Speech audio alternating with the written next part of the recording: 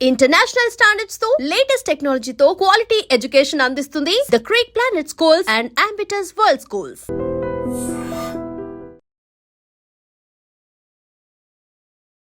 ఆ నిర్మాత అలా బిహేవ్ చేస్తున్నప్పుడు ఆయన మీతో బిహేవ్ చేయలేదు, పక్కన ఎవరితోనో బిహేవ్ చేశారు. మీరు కమ్యూనిస్టా? నేను మా మా ఫ్యామిలీలో కొంతమంది నేను కమ్యూనిస్ట్ కాదట, నేను సోషలిస్ట్ అట. అంటే ఎందుకు అడిగానంటే, యాక్చువల్గా సీతామహాలక్ష్మి రిలీజ్ అయిన తర్వాత అంటే మేడం ఇదంతా నేను బుక్స్లోనో అక్కడెక్కడ చదివితే కానీ నాకు నిజంగా తెలిసేంత వయసు కాదు, ఎవరన్నా తప్పు అయితే క్షమించండి. సీతామహాలక్ష్మి హిట్ తర్వాత మిమ్మల్ని పెట్టి సినిమాలు తీయడానికి తెలుగులో చాలా మంది రెడీ అయ్యారు. లేరట, లేరు. వెయిట్ చాలా మంది రెడీ అయ్యారు. బట్ సీతామహాలక్ష్మి సెట్లో మీ ఎవరైతే ఇప్పుడు క్యార్లగడ్డ మురారి గారితో మీకైన గొడవలు కానీ మీ బిహేవియర్ కానీ, అంటే మనిషిని మనిషిగా గౌరవించాలి, ఎవరిని జడ్జి చేయకూడదు, ఈ విషయం మీద మీరు చాలా ఫైట్ చేశారు. హీరోయిన్ పరిధి దాటిపోయి అమ్మాయి ఆలోచిస్తుంది, మనకి ఇబ్బంది అవుద్ది కాబట్టి పెట్టుకోవద్దు అని చెప్పి ఇప్పటిదాకా మీరు ఎవరి గురించి అయితే మాట్లాడారు వాళ్ళందరూ మీ సినిమా అవకాశాలను ఆపేశారు తెలుగులో. నిజమా అబద్ధమా తెలీదు నాకు, దాని గురించి బహుశా కామెంట్ చేయను. కానీ డెఫినెట్గా నా మీద ఒక ప్రొడ్యూసరు, పెద్ద ప్రొడ్యూసరే, పేరు చెప్పను, ఆయన అన్నారు నీలో ఒబీడియన్స్ లేదమ్మా అన్నారు. అంటే నేను నాకు ఒబీడియన్స్ ఎందుకు ఉండాలండి అన్నాను. So it's as simple as that. We have different opinions. నా ఉద్దేశంలో ఐఎమ్ ఎన్ ఇండివిజువల్. నా ఇండివిజువల్కి నాకు ఒక అభిప్రాయం ఉంటుంది. నా అభిప్రాయం మీ మీద రుద్దట్లేదు నేను, అది మీ వ్యక్తిగతం, అది నా వ్యక్తిగతం. ఎవరికైనా కొంచెం అన్యాయం జరుగుతుందంటే నోరెత్తి ఒక మాట అంటాం. ఆ మాట వల్ల నాకు పొగరబోతాను అని,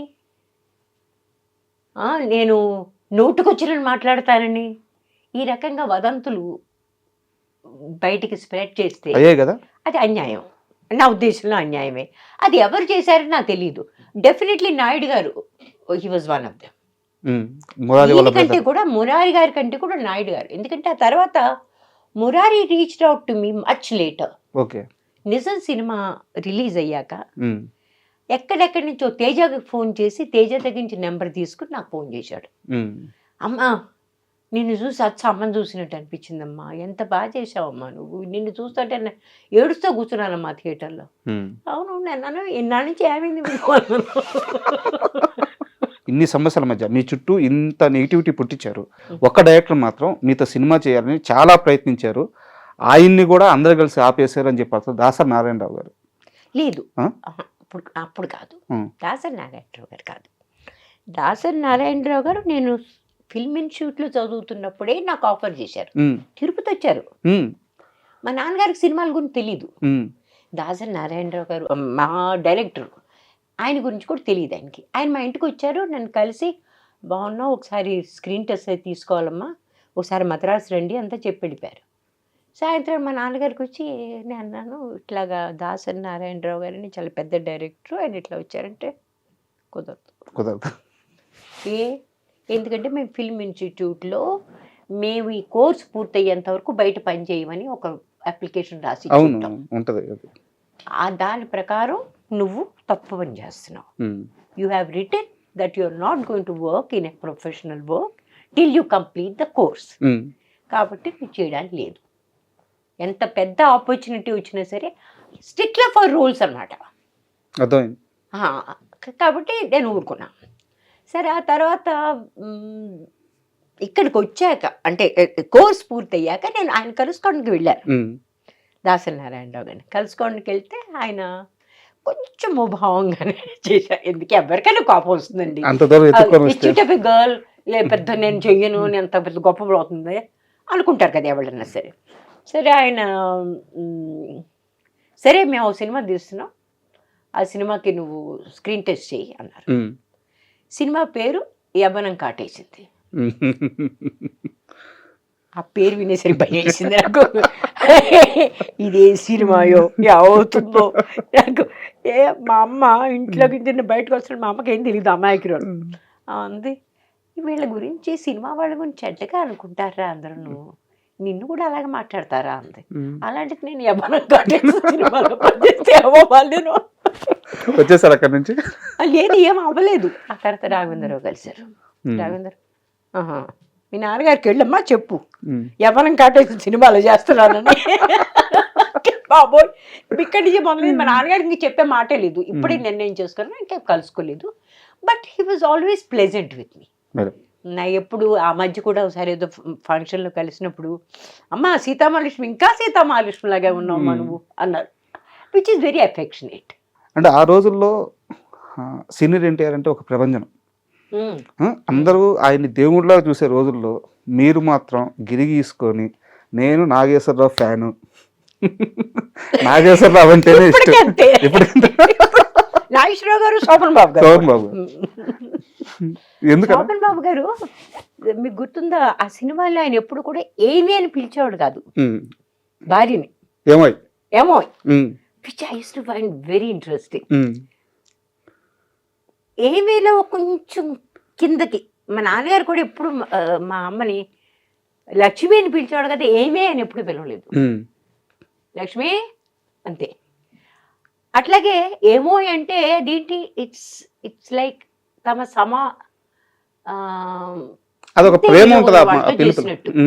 ఏమేలో ఎందుకో కొంచెం జరిగేట్లు వచ్చేసి నాకు అట్లా అనిపించేది. అండ్ నాగేశ్వరరావు గారు, the way he use to, I think be all were in love with him. ఆయన ఒక సిల్క్ షర్ట్ వేసుకుని జోరుగా హుషారుగా షికారు పోదామా అంటే మాతోనే వెళ్తున్నానంత, మళ్ళీ మీ ఇంత ఉండేవాళ్ళమేమో అప్పుడు మేము. But we were in love with him. అంటే చాలా ప్రయత్నించారంట శోభన్ బాబు గారితో ఒక్క సినిమా అన్నా చేయాలని. చూడండి, నిజమేనా? అసలు ఇది కూడా ఆయన చేయాల్సిందంట. సీతామహాలక్ష్మి, సీతామహాలక్ష్మి, కాట్రగడ్డ మురారి శోభన్ బాబు గారికి చాలా దగ్గర మనిషి, చాలా మంచి ఫ్రెండ్. కానీ ఆయన అన్నా అంటే, లేదురా ఈ క్యారెక్టర్ నేను సరిపోను, ఈ క్యారెక్టర్కి చంద్రమోహన్ బాగుంటాడు. మంచి ఫ్రెండ్స్ కదా ఇద్దరు. చంద్రమోహన్ బాగుంటాడు దీనికి. ఆయనే సజెస్ట్ చేశారు. ఆయనే సజెస్ట్ చేశారు. అంత గొప్పగా ఉండేవాళ్ళు ఆ రోజుల్లో. తిరుపతిలో చదువుకుంటున్నప్పుడు కోడలినాగు షూటింగ్ జరుగుతుంది. ఆ షూటింగ్ చూడడానికి వెళ్ళాం. వెళ్తే అక్కడ శివప్రసాద్ అని మా అక్క క్లాస్మేట్, డాక్టర్ శివప్రసాద్, అంటే అప్పటికి డాక్టర్ ఇంకా అవ్వలేదు వాళ్ళు, ఇంకా స్టూడెంట్స్ అప్పటికి. అక్క మెడికల్ కాలేజ్లో, తన ఫ్రెండ్ మా ఇంట్లో ఎప్పుడు వస్తూ పోతూ ఉండేవాడు. సరే అతనికి సినిమాల్లో వెళ్ళాలని సరదా. సరే ఎలాగోలాగా రాఘవేంద్రరావు గారి దగ్గరికి వెళ్ళి తనకి అందరు ఎక్స్క్యూజ్ రూల్ ఏమైనా దొరుకుతుందేమో ట్రై చేస్తున్నాడు. వాళ్ళు అన్నారు, మాకు అబ్బాయిలు ఎవడో వద్దయ్యా, మాకు అమ్మాయిలు కావాలి అంటే, సార్ మా ఫ్రెండ్స్ని అడగనా అన్నట్ట. అంటే ప్లీజ్ అడుగు, ఎందుకంటే వీళ్ళు ఇక్కడిని తీసుకెళ్లారు మద్రాసు నుంచి, వాళ్ళంతా గ్రాండ్ మదర్స్ లో ఉన్నారు, స్టూడెంట్స్ లేరు. లక్ష్మి గారు, చంద్రకళ గారు స్టూడెంట్స్ లో ఉన్నారు, వాడు వెనకాతలు వీళ్ళంతా బోర్డంత పెద్ద పెద్దగా ఉన్నారు అనమాట. సరే వాళ్ళ కోసం అని చెప్పేసి శివప్రసాద్ తనకి ఏదో రోల్ దొరుకుతుందని ఆశలో వాళ్ళు వెళ్ళాడైతే, అమ్మాయిలు మేము షూటింగ్ చూడడానికి వెళ్ళారు కదా, ఆ ఇద్దరు అమ్మాయిలు వస్తారా షూట్కి అన్నారు. అంటే నేను కనుక్కుంటాను, నా మంచి ఫ్రెండ్స్ నేను కనుక్కుంటాను. వెళ్ళాడు. మమ్మల్ని అడిగితే, లేదు నాన్నగారిని అడగండి మేము చేస్తామా, మీ నాన్నగారిని అడుగుతారు ముందు పర్మిషన్. మా నాన్నగారిని అడగడానికి వచ్చారు. శివప్రసాద్ వచ్చాడు. శివప్రసాద్ మా నాన్నగారికి వెనకాల తిరుగుతూ ఉండాడు ఇప్పుడు. సరే శివప్రసాద్, సార్ అంకల్ ఇట్లాగా నాకు చిన్న ఛాన్స్ వస్తుంది, ప్లీజ్ మీరు చేయనివరా అంటే, ఏంటి కాలేజ్ ఎగ్గొట్టి వెళ్తారా మీరు? కాలేజ్ ఎగ్గొట్టి కాదు, రేపు సండే కదా, రేపంట. సరే చేసుకోండి, గుర్తుపెట్టుకోండి, కాలేజ్ ఎగ్గొడితే మాత్రం నాకు కుదరదు అన్నారు. అంతే, అంత లిబరల్ అన్నమాట. సండే చేశారా సినిమాలో మరి? కోటిలో ఉన్నాం. అవునా? అంత కొంచెం ఎక్కువ ఉంది, నేను తక్కువ ఉన్నా. అయితే మీ ఫస్ట్ మూవీ అదే? నా ఫస్ట్ మూవీ అది. ఆ టైంలో శోభన్ బాబు గారిని కలిసాం. వాట్ అన్ ఎఫెక్షనేట్ పర్సన్, ఎంత అద్భుతమైన మనిషి అండి. అప్పుడే చంద్రమోహన్ గారిని, ఆయన్ని, తన్ని, లక్ష్మి గారిని, చంద్రకళ గారిని ఎప్పుడు కలుసుకోలేదు. వీళ్ళు ముగ్గురిని ఆ తర్వాత ఎన్నోసార్లు కలుసుకొని చంద్రమోహన్ గారితో పనిచేశారు. కానీ లక్ష్మి గారు కూడా she behave like a friend. ఆ తర్వాత of course we got friendly with her even more. ఇంకా చంద్రమోహన్ గారితో ఎట్లా పని చేశాను. శోభన్ బాబు గారు కూడా ఎక్కడ పని చేసినా అమ్మా ఏంటి ఎలా ఉన్నావు, ఏంటి ఇక్కడ రావట్లేదా, ఇంకా బొంబాయిలో ఉండిపోయావా, ఆ రకంగా ఏదో పెద్ద బాగా తెలిసినట్టు. So that was good enough, but I wish I had worked with him. ఇండస్ట్రీలో చాలా మంది శోభన్ బాబు గారు డబ్బుని ఎలా చూస్తారో కథలుగా చెప్తారు. అవును, ఎంత జాగ్రత్తగా ఖర్చు పెడతారో, ఎలా ఇన్వెస్ట్ చేస్తారని చెప్పేసి. మీకు శోభన్ బాబు గారి మధ్య ఎప్పుడైనా ఈ మనీ విషయాలు కానీ లేదు? అంతవరకు మేము ఎప్పుడు మాట్లాడుకోలేదు.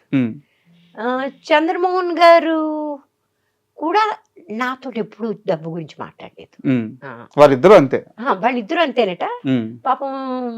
కాకపోతే శోభన్ బాబు గారు చేసినంత తెలివిగా చంద్రమోహన్ గారు జరగలేదు. బట్ అబ్బాయి డబ్బు అనేది చూసారా, ఐ డోంట్ నో. శోభన్ బాబు గారు డబ్బు విషయంలో పాపం అలా ఉండడానికి కారణం ఏంటంటే బహుశా ఆయన చిన్నప్పటి నుంచి ఆయన పరిస్థితులు ఎట్లాంటి పరిస్థితుల్లో వచ్చారో ఏమిటో. నేనేం గొప్ప పరిస్థితుల నుంచి రాలేదు, కానీ మేము ఇన్సెక్యూరిటీలో పెరగలేదు. ఇద్దరే ఆడపిల్లలు, మాకు ఎప్పుడు ఏ లోటు కనిపించలేదు మాకు. మా నాన్నగారు మాకు ఏది కావాలన్నా దట్ వాజ్ ద బెండకాయ కూర వండితే ఆయన ముందు వేసుకునేవాళ్ళు కాదు, ముందు మేము తిన్నాక మిగిలిందని వేసుకునేవాళ్ళు. అట్లా పెంచారు మమ్మల్ని. And for more videos, Please subscribe to iDream. Please subscribe to iDream. Please subscribe iDream. And please subscribe to iDream. For more videos, subscribe to iDream. please like, share and subscribe to the channel. Congratulations, iDream. Subscribe to iDream. Subscribe to iDream. So subscribe to iDream Media. iDream ki iDream team andarki huge congratulations. Please subscribe iDream Media. Please subscribe to iDream. Subscribe iDream. Please subscribe to iDream. iDream అంటే నా కళల ఛానల్ను subscribe చేసుకున్నారు, నోరు తిరుగుతలేదు. మీరైతే గంట గుర్తు కొట్టండి. For more such videos, please subscribe to iDream.